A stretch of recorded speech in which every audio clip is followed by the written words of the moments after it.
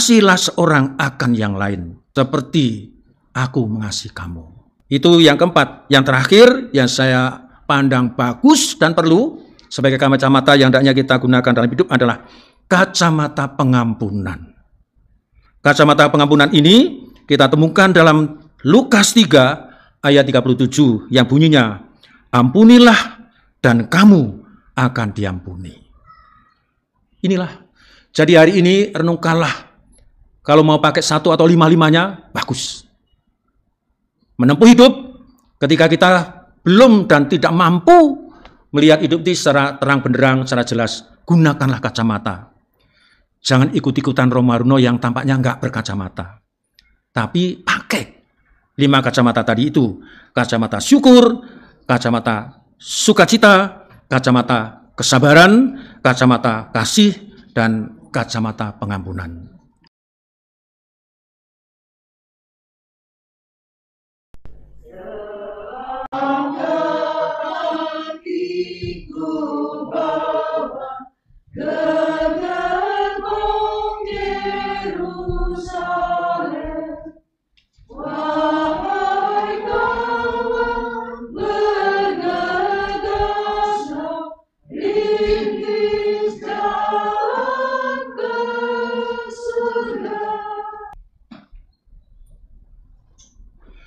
Aku muji Tuhan yang selalu menasihati aku.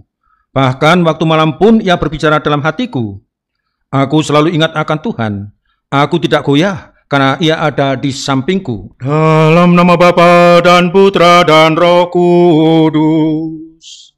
Amin. Tuhan bersamamu.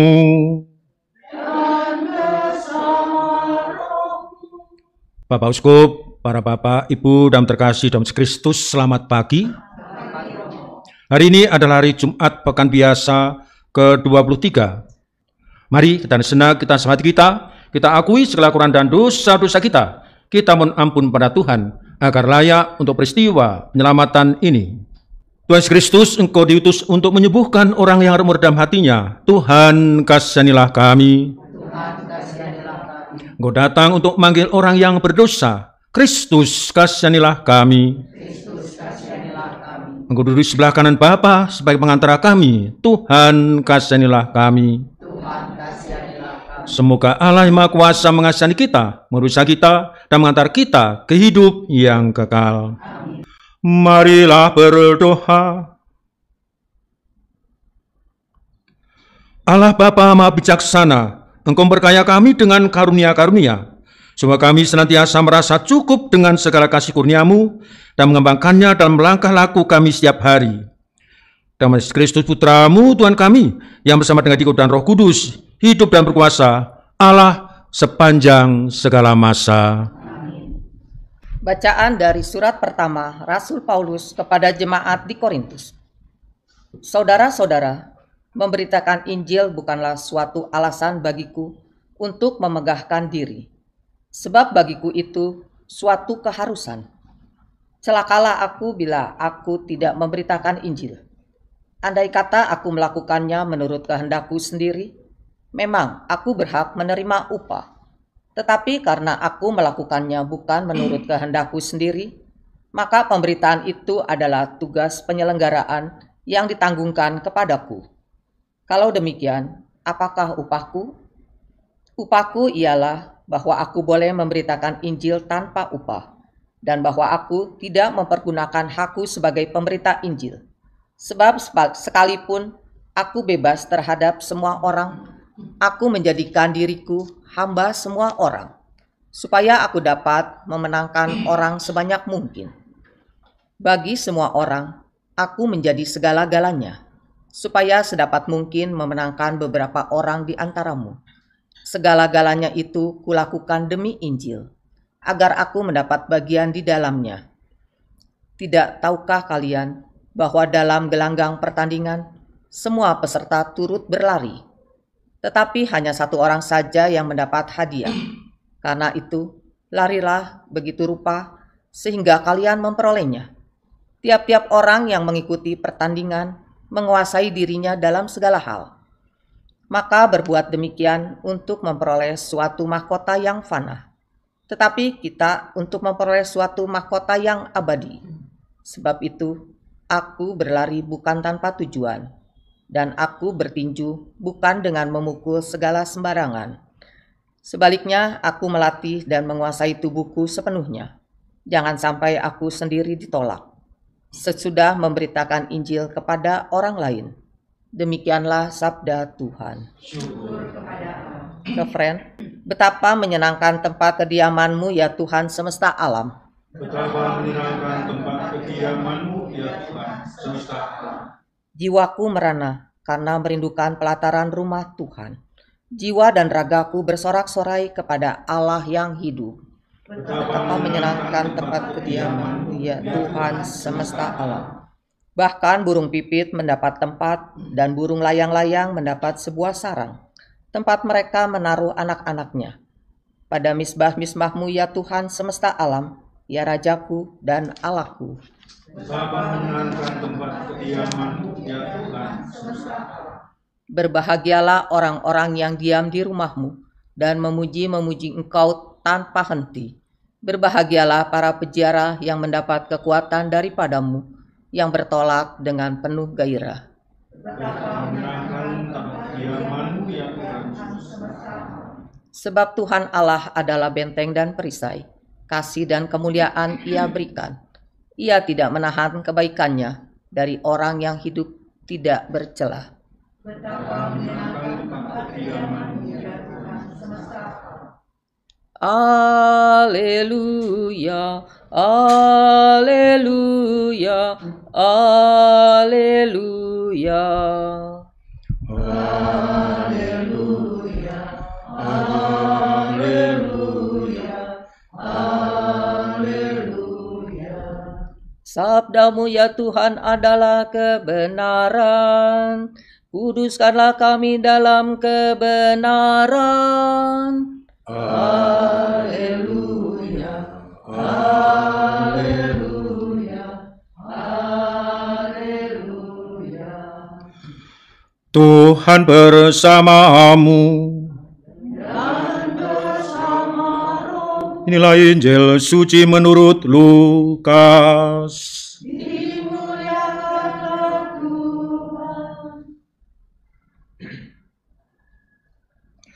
Pada suatu ketika, Yesus menyampaikan perumpamaan ini kepada murid-muridnya.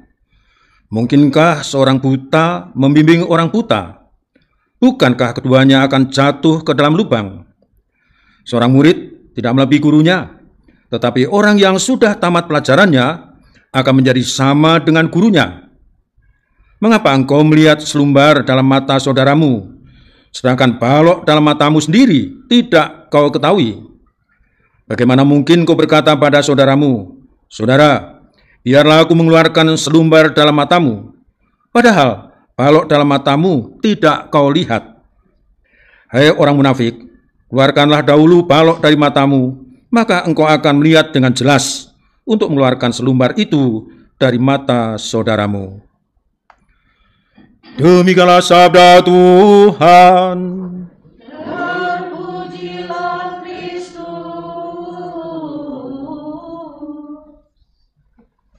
Para bapak, ibu, saudara-saudari yang terkasih, baru saja kita mendengarkan kutipan dari Injil Lukas. Injil Lukas bab 6 ayat 39 sampai 42. Saya akan mengulangi sebagian dari Injil tadi. Mungkinkah seorang buta membimbing orang buta? Bukankah keduanya akan jatuh ke dalam lubang? Hai orang munafik, keluarkanlah dahulu balok dari matamu, maka engkau akan melihat dengan jelas untuk mengeluarkan selumbar itu dari mata saudaramu. Semoga ayat ini berbicara terkait dengan mata atau penglihatan kita. Berbicara tentang mata atau penglihatan, cukup banyak orang dengan rasa kagum, tapi sekaligus penasaran bertanya pada saya. Mereka bertanya pada saya begini, "Romo, ternyata Romo ini masih mampu membaca teks misa meskipun tanpa mengenakan kacamata. Komentar jumlah umat begitu. Mereka pun bertanya, benarkah Romo belum memerlukan kacamata? Jangan-jangan Romo ini mengenakan lensa kontak di mata Romo. Pakai kontak lens itu. Ada masih penasaran? Coba dilihat ada lensa kontaknya enggak. Ya. Tapi itulah yang bertanya seperti itu. Saudara-saudariku, bahwa ketika penglihatan kita melemah, penglihatan kita tidak mampu lagi melihat segala sesuatu dengan jelas dan terang, dengan terang benderang begitu, ya baiklah, hendaklah Anda mengenakan kacamata. Dengan kacamata, dengan jenis lensa yang tepat, dan dengan ukuran yang tepat juga. Pasti akan sangat membantu. Nah, tadi kan ada pertanyaan yang kagum sekaligus penasaran. Romo, apakah Romo betul tidak memerlukan kacamata? Sebenarnya saya pun sudah perlu. Saya sudah memerlukan kacamata.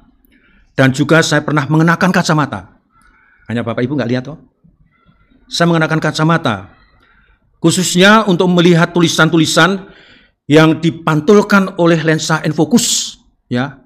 Jadi itu ada infocus yang sering memantulkan tulisan ke layar. Dan itu susah saya tangkap. Maka saya pakai kacamata. Lebih-lebih selama 8 bulan berturut-turut, ketika saya kursus di Filipina dulu, tiap hari saya pakai kacamata. Karena mau tidak mau, saya mengikuti kursus acara di kelas itu, ya banyak materi atau bahan yang dipantulkan oleh lensa infocus itu. Nah, hanya dengan kacamata maka saya terbantu untuk bisa ikut kegiatan di kelas itu. Nah, untuk bisa melihat kehidupan ini, melihat alam yang ada di sekitar kita, juga ketika melihat orang-orang lain di depan kita memang memerlukan kacamata. Setelah saya baca kitab suci, ini bulan kitab suci, pada baca kitab suci enggak? Saya baca saya. Ya, setelah baca kitab suci, ternyata dalam kitab suci itu ada petunjuk dan di sana ada 5 jenis kacamata yang perlu kita pakai. 5 jenis kacamata yang perlu kita pakai. Kacamata yang pertama adalah kacamata syukur. Kacamata syukur ini kita temukan dalam Mazmur 106 ayat 1, 107 ayat 1, 118 ayat 1, 136 ayat 1. Dan kacamata syukur itu berbunyi begini. Bersyukurlah senantiasa kepada Tuhan sebab Ia baik. Nah ini, untuk hidupmu yang bagus, yang indah, kenakanlah kacamata syukur. Selama ini dipakai enggak kacamata syukurnya? Jangan-jangan enggak bersyukur. Nah, hal kedua dari kitab suci, kacamata yang disarankan kepada kita adalah kacamata sukacita. Sukacita. Bersyukurlah dalam pengharapan, engkau akan dikuatkan. Dan bersyukurlah karena namamu ada di surga. Ini kacamata kedua yang kita perlukan untuk hidup ini indah dan bagus. Maka kenakanlah kacamata syukur, kacamata sukacita. Kacamata sukacita itu ada dalam Roma bab 12 ayat 12. 12. Juga bisa kita baca pada Lukas 10 ayat 20. Angka-angka yang bagus untuk membuat kita tertarik bahwa ayat itu mengingatkan kita akan kacamata sukacita. Lalu kacamata yang ketiga adalah kacamata kesabaran. Kenakanlah kacamata kesabaran dalam hidupmu, maka engkau menjadi orang yang damai tentram. Ini ada dalam Kolose bab 13 ayat 13. Di sana ada ayat berbunyi begini, sabarlah kamu seorang terhadap yang lain. Tidak cepat menilai tadi itu, melihat orang lain itu salah, jelek. Tidak, bahwa menurut Kolose 3 ayat 13 ini, sabarlah kamu seorang terhadap yang lain. Nah itu kacamata ketiga. Kacamata keempat adalah kacamata kasih. Kasih. Di sini kita bisa menemukan dalam Yohanes 15 ayat 17 yang bunyinya, kasihlah seorang akan yang lain, seperti aku mengasihi kamu. Itu yang keempat. Yang terakhir yang saya pandang bagus dan perlu sebagai kacamata yang hendaknya kita gunakan dalam hidup adalah kacamata pengampunan. Kacamata pengampunan ini kita temukan dalam Lukas 3 ayat 37 yang bunyinya, ampunilah dan kamu akan diampuni. Inilah. Jadi hari ini renungkanlah. Kalau mau pakai 1 atau 5-5-nya, bagus. Menempuh hidup ketika kita belum dan tidak mampu melihat hidup ini secara terang benderang, secara jelas, gunakanlah kacamata. Jangan ikut-ikutan Romaruno yang tampaknya enggak berkacamata. Tapi pakai 5 kacamata tadi itu. Kacamata syukur, kacamata sukacita, kacamata kesabaran, kacamata kasih, dan kacamata pengampunan. Marilah mewartakan misteri iman kita. Setiap kali kami makan roti ini dan minum dari piala ini, wafat-Mu Tuhan kami wartakan hingga Engkau datang. Untuk mengeluarkan serpih dari mata saudaramu, marilah berdoa. Allah Bapa sumber segala rahmat, sakramen cinta kasih yang kami terima membuka hati kami. Semua semangat pelayanan kami Engkau perbaharui, agar dunia semakin mengalami kasih-Mu yang berlangsung sampai pada hidup kekal dengan pantaran Kristus Tuhan kami. Amin. Tuhan bersamamu. Semoga Allah Maha Kuasa memberkati kita sekalian, Bapa, Putra, dan Roh Kudus. Amin. Pada kasih Ekaristi sudah selesai.